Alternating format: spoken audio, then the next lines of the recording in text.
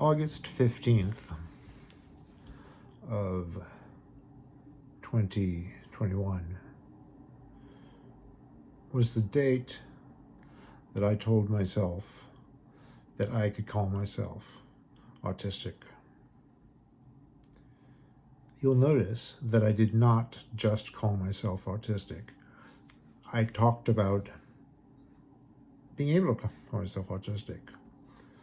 And that's because almost 3 years later, I still really have trouble saying I'm autistic, despite a lifetime of supporting evidence, despite being accepted by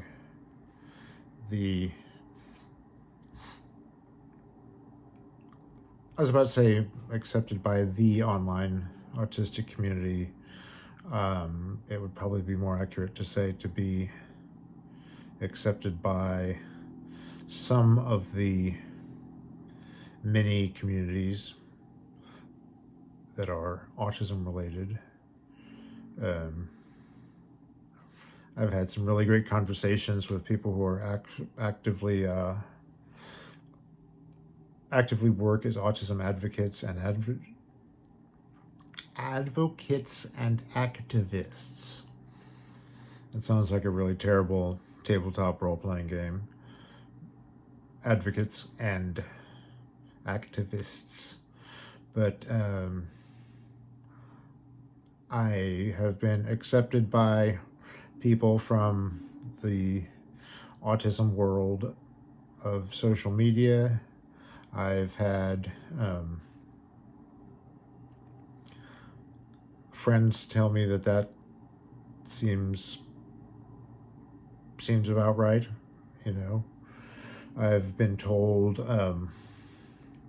by a therapist friend who is not in a position to diagnose anybody's autism, let alone mine, since we have a friendly relationship.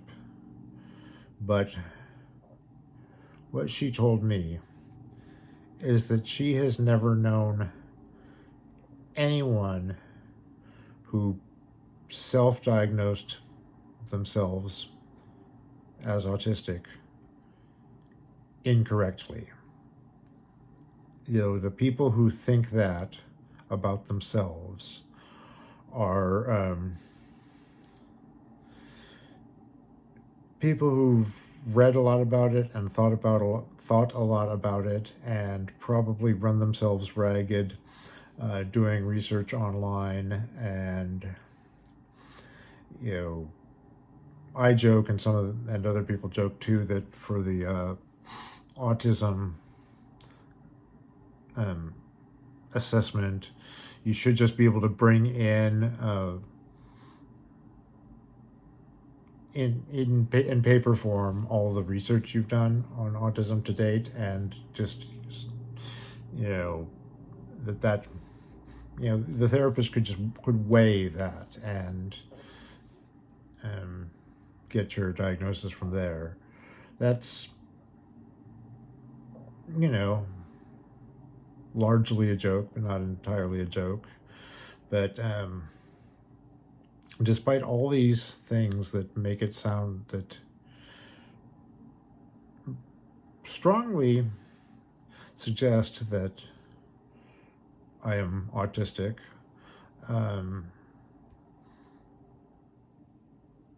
it's still really hard for me to say that.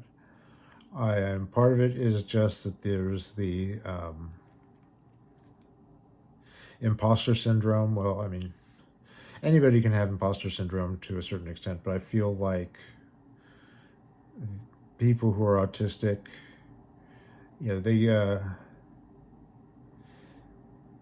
they're first in line when imposter syndrome is being passed out. All y'all rest of you get whatever's left, if there isn't any left, after the imposter syndrome server serves up, replenishes the buffet of imposter syndrome. That would be that's a really terrible image. Just a whole buffet of a mental imposter syndrome isn't, a disease in itself, but it's sort of it's a mode, a way of thinking that one does not need to have. One does not need to fight over.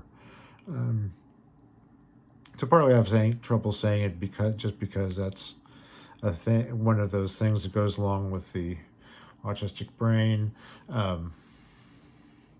Another reason I have trouble saying it is that I'm sure is that for the rest of for most of my life until just a few years ago, honestly, my impression of autism was Rain Man. And so many people in our society thought, like, oh, an autistic person, that's, Rain Man, or that's a child who doesn't talk, or something like that. I haven't seen Rain Man since it first came out, so I'm not in a position to judge whether he is even Dustin Hoffman gives a good representation of one form autism can take. They call it a spectrum afterwards because there are many ways that it can manifest itself. Some, I was about to say extreme. The autism community that I am a part of is generally opposed to terms like extreme autism for a wide variety of reasons that aren't too much for me to get into here. But I would say that some people's manifestations of autism are much harder to ignore, and disabling. Again, that's another very loaded word, because while someone like the character from Rain Man, that person is certainly disabled by his condition, the way he is made or designed. I hate the word designed for any sort of living creature. The way his psyche is formed, brain is formed, just is very much at odds with society and the world around us. Many people are, I would say that, in general, it's pretty extreme. Most people who are autistic are much less obviously so. And this is sort of a chicken and egg thing, because I say some people are less obviously autistic, but what I'm saying is that some people don't conform to the seemingly extreme presentations of autism that we see in a character like Dustin Hoffman's character in Rain Man.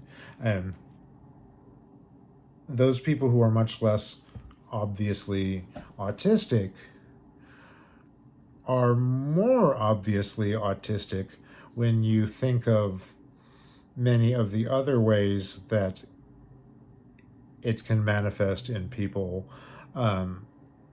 Too much to go into now, but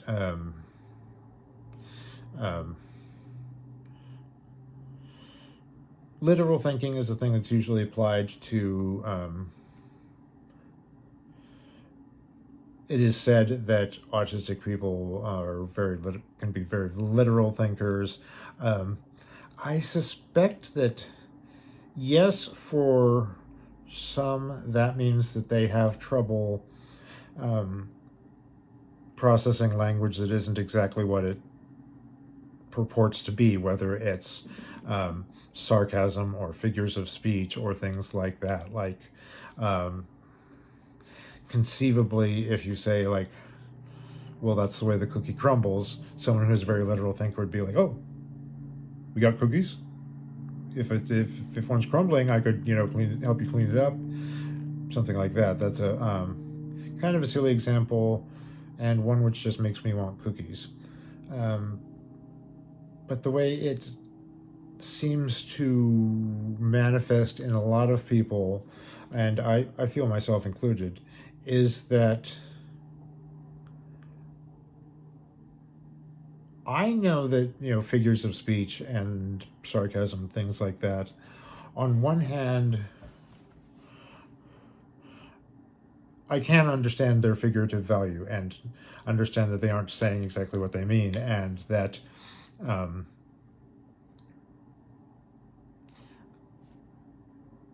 if someone says that's the way the cookie crumbles, there isn't an actual cookie. I don't have to worry about whether it is gluten-free. I don't have to clean up the crumbling, anything like that. But at the same time,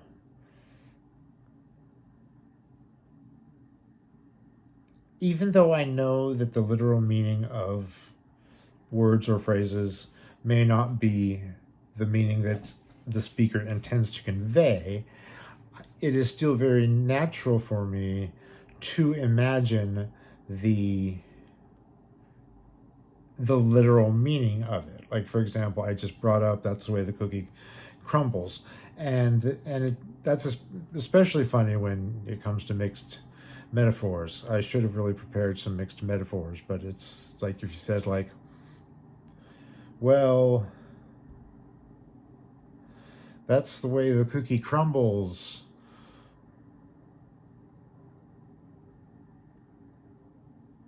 So but it's not over until the fat lady sings. That's a really terrible example, but, you put the things together and you could picture, that, the fat lady hasn't sung yet because she's too busy crumbling cookies or something like that. Maybe she just sort of throws them into her mouth like Cookie Monster and the pieces go flying everywhere. Maybe she's breaking them up to make a crust. Oreo cookies can be used to make a crust. And, that's silly, Does it really help my case for you to imagine a Zaftig, full-bodied opera singer with a helmet with horns on it, just like Vikings didn't wear, missing her cue singing because of cookies? I don't know if that helps anything, but that's just my quick idea of saying how, literal thinking is something that is easy and fun for me to do, even when I know that a literal interpretation of the words is not the most important thing about them. That's just one thing. The negative impact of the negative stereotypings of autism, say things like, oh, they are autistic people lack empathy, and whereas in real life it's common for autistic people to apologize to inanimate objects that they bump into, and you don't have to be autistic for that, but I feel like it's more likely to be that way. Of course, that I won't get too far into it, but that brings up the double empathy problem, which basically says, yes, autistic people can have trouble empathizing with non-autistic people in specific ways, but the non-autistic people the allistic people also have trouble empathizing with the autistic people. So someone who, let's say I'm feeling empathy towards someone, but I don't speak the words because I don't feel like they would make a difference in that setting, or my face doesn't have an expression that someone expects an empathetic person to have. So the allistic observer might look at me or someone else and say, see, that person is not being empathetic. But that's just because they're not understanding the way that an autistic person or multiple autistic people feel empathy, express empathy, generally manifest it. So you think, oh, well, I can't be autistic because I am empathetic. You know, but you're in doing so, I'm saying I don't conform to a misleading stereotype. Um, are there autistic people who lack empathy? I'm sure there are. Are there non-autistic people who lack empathy?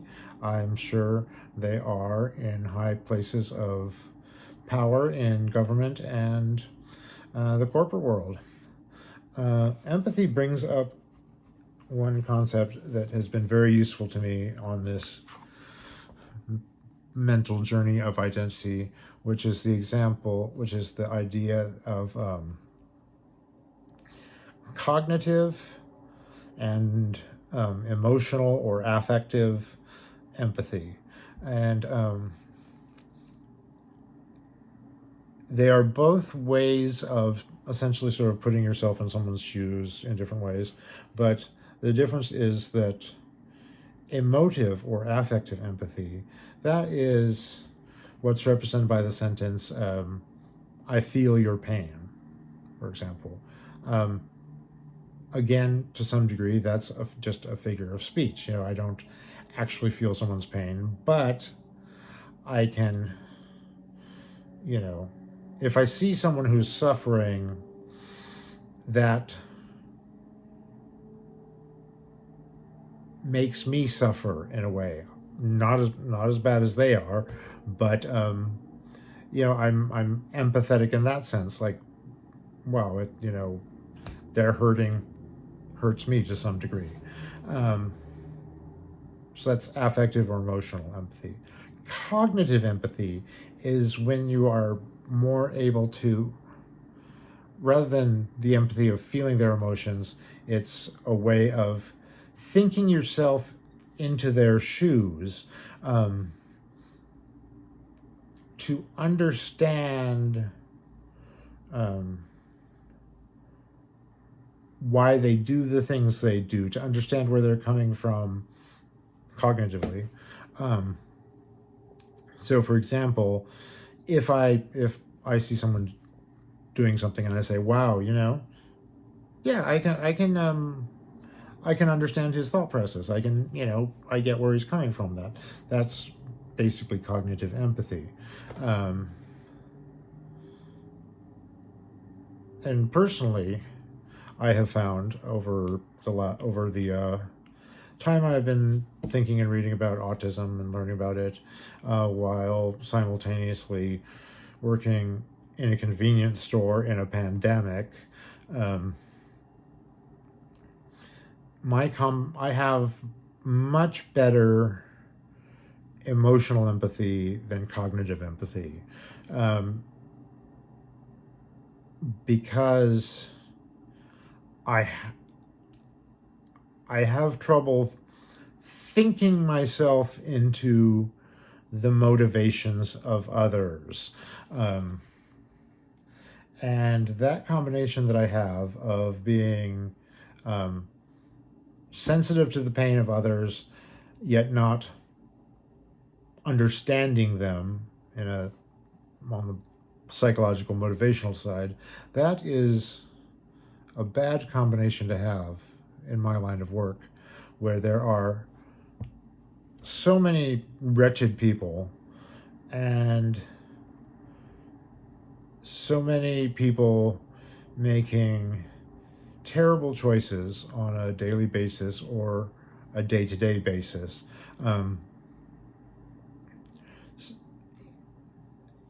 So, I'm always thinking basically like, what are you thinking? Why did you even, I get that cigarettes are hard to quit, but why did you even start smoking them when literally everybody knows that, it causes cancer and whatnot? And whereas just in the example of smoking, if someone starts smoking cigarettes, that's because, to some degree, in their mind, which exists in their life, their neighborhood, their part of society, their race, their class, and all that, it doesn't seem like a bad idea. Maybe it can cause cancer, but you're just not thinking about your health in a way that I think about my health. Or, they just, they know that their friends did it, or they know that it, seemed relaxing in a stressful time. One way or another, I can intellectually understand some of these things, enough to just give examples, for example, but I don't really. I want a word that's a combination of thinking and feeling. I don't really feel it. I don't see how their choices make sense in a way that they see how their choices make sense, because they're living in, very often very different social milieu than I do. They and their families have different, education and jobs and where they live, and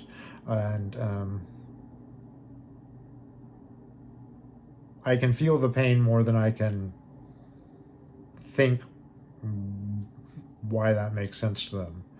I'm really having trouble coming up with the words now, and this video is far longer than I anticipated it being. So I will stop and talk to you later.